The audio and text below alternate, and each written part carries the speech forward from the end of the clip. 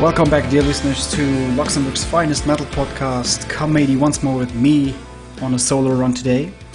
And today might seem a bit controversial because these uncovered episodes that we did before and also are doing right now is meant actually for a different topic, meaning we take the very good parts of a band and the not so good parts and try to find where have they done something not so good or not so nice, or in terms of quality or whatsoever, breaks up in terms of the band members and whatsoever. But today I decided to do a different approach. Again, actually I did it before. As you might have noticed, I did an episode on a Canadian band, Atavistia, whom I really adore, to say the least. They are, in my opinion, one of the newest and best melodic death metal acts out there, or melodic black metal acts out there. In any case, today I'm going to take a same route, because today I'm here to talk a band that is actually quite new, and so to speak.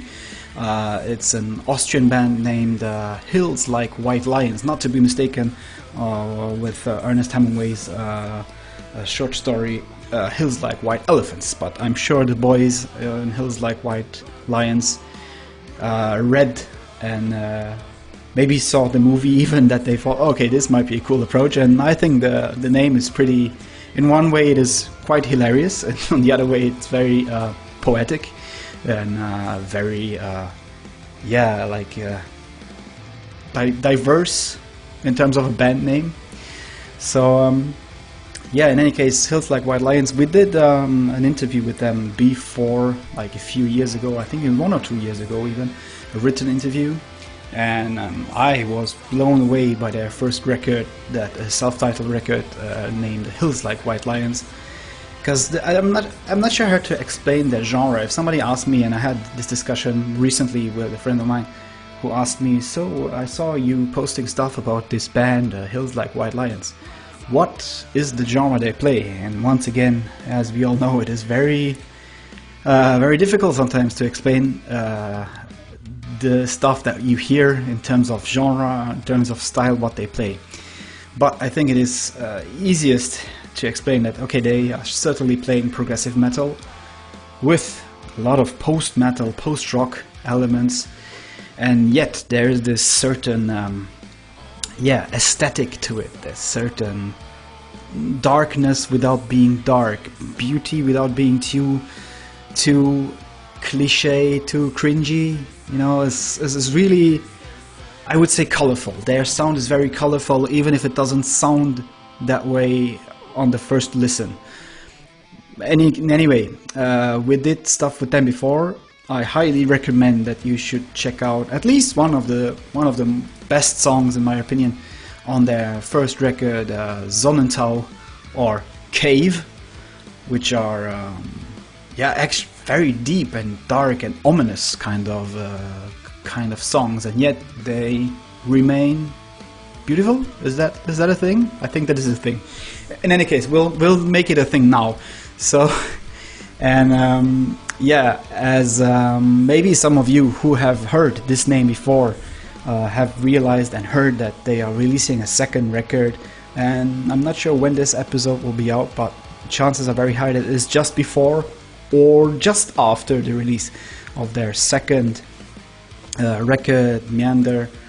I heard both singles, part 1 Choral, part 2 Maelstrom, and I thought, honestly, the first record, the self-titled release, was a work on its own, something that cannot be doubled even by them, because again, in its whole aesthetic, it's so different of anything I've heard before in the progressive, or let's say progressive metal genre. Yeah, I cannot even name like a band that would fit to a sound that they are producing.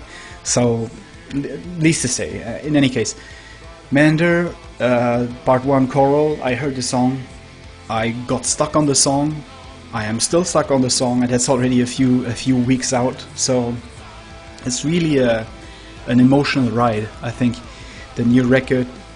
And if you want to know more about the record, obviously, again, we did another interview with them recently only, that is published on our social media and stuff. So I highly recommend that you go ahead and read. I know we are all very lazy and stuff reading stuff nowadays, but yes, it makes sense to read, even if it's just like 5 or 6 questions. Anyway, as far as I know, and I had a bit of a talk with their main probably their main songwriter, guitarist, vocalist, Florian, who said that okay, the record will be like a concept record between melancholy, euphoria, emotions, and a lot of again, very dark without being dark. I think that's really the most the biggest resemblance to the first record is this particular sound that they have. They are nailing it in all ways, and I'm very happy also to show you some snippets in this episode. So you will be hearing probably stuff from Coral, Elm, and Maelstrom throughout this small episode, because again, I mean, the band is pretty young. They haven't been around for long, and yet I think that they deserve definitely a listen. They are, in my opinion, one of the not only best, I mean, obviously, yeah, they are the best and stuff, but it's not only the best, but simply try something else and want to go all ahead with it and don't care about the impact, if it's an impact or whatever, but really, like, we want to do this. This is how we sound, and if you don't agree, well, too bad for you. You're missing out, and I totally agree on that.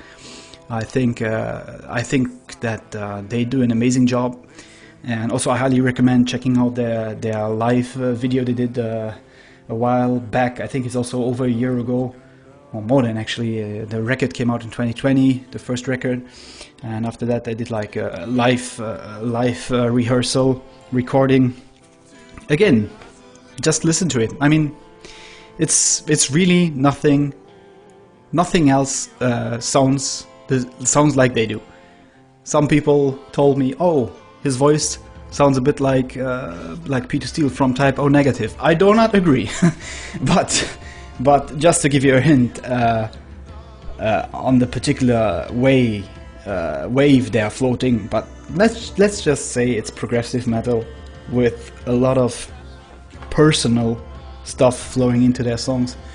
And again, I'm pretty happy to know these fellas and being able to work with them before already. And yeah, I'm sure the next time I'm in Austria, I will definitely pop by. I want to see them live, as you all should. If you have the opportunity somewhere around there, I really highly recommend it. But in any case, again, it's a very short episode, because I wouldn't say these are filler episodes. And yet, I mean, I want to practice my English a bit more and give some of our international listeners something to digest and to snack on, so to say. And I'm a big progressive metal fan, and I like to share bands that need to be shared, and these fellas need to be shared. And that's all I'm going to say for now. In any case, enjoy the rest of the song that we'll be playing just after I'm done. And yeah, hear you guys very soon again here, I would say. Cheers, guys, and thanks again to Hills Like White Lions. See you guys.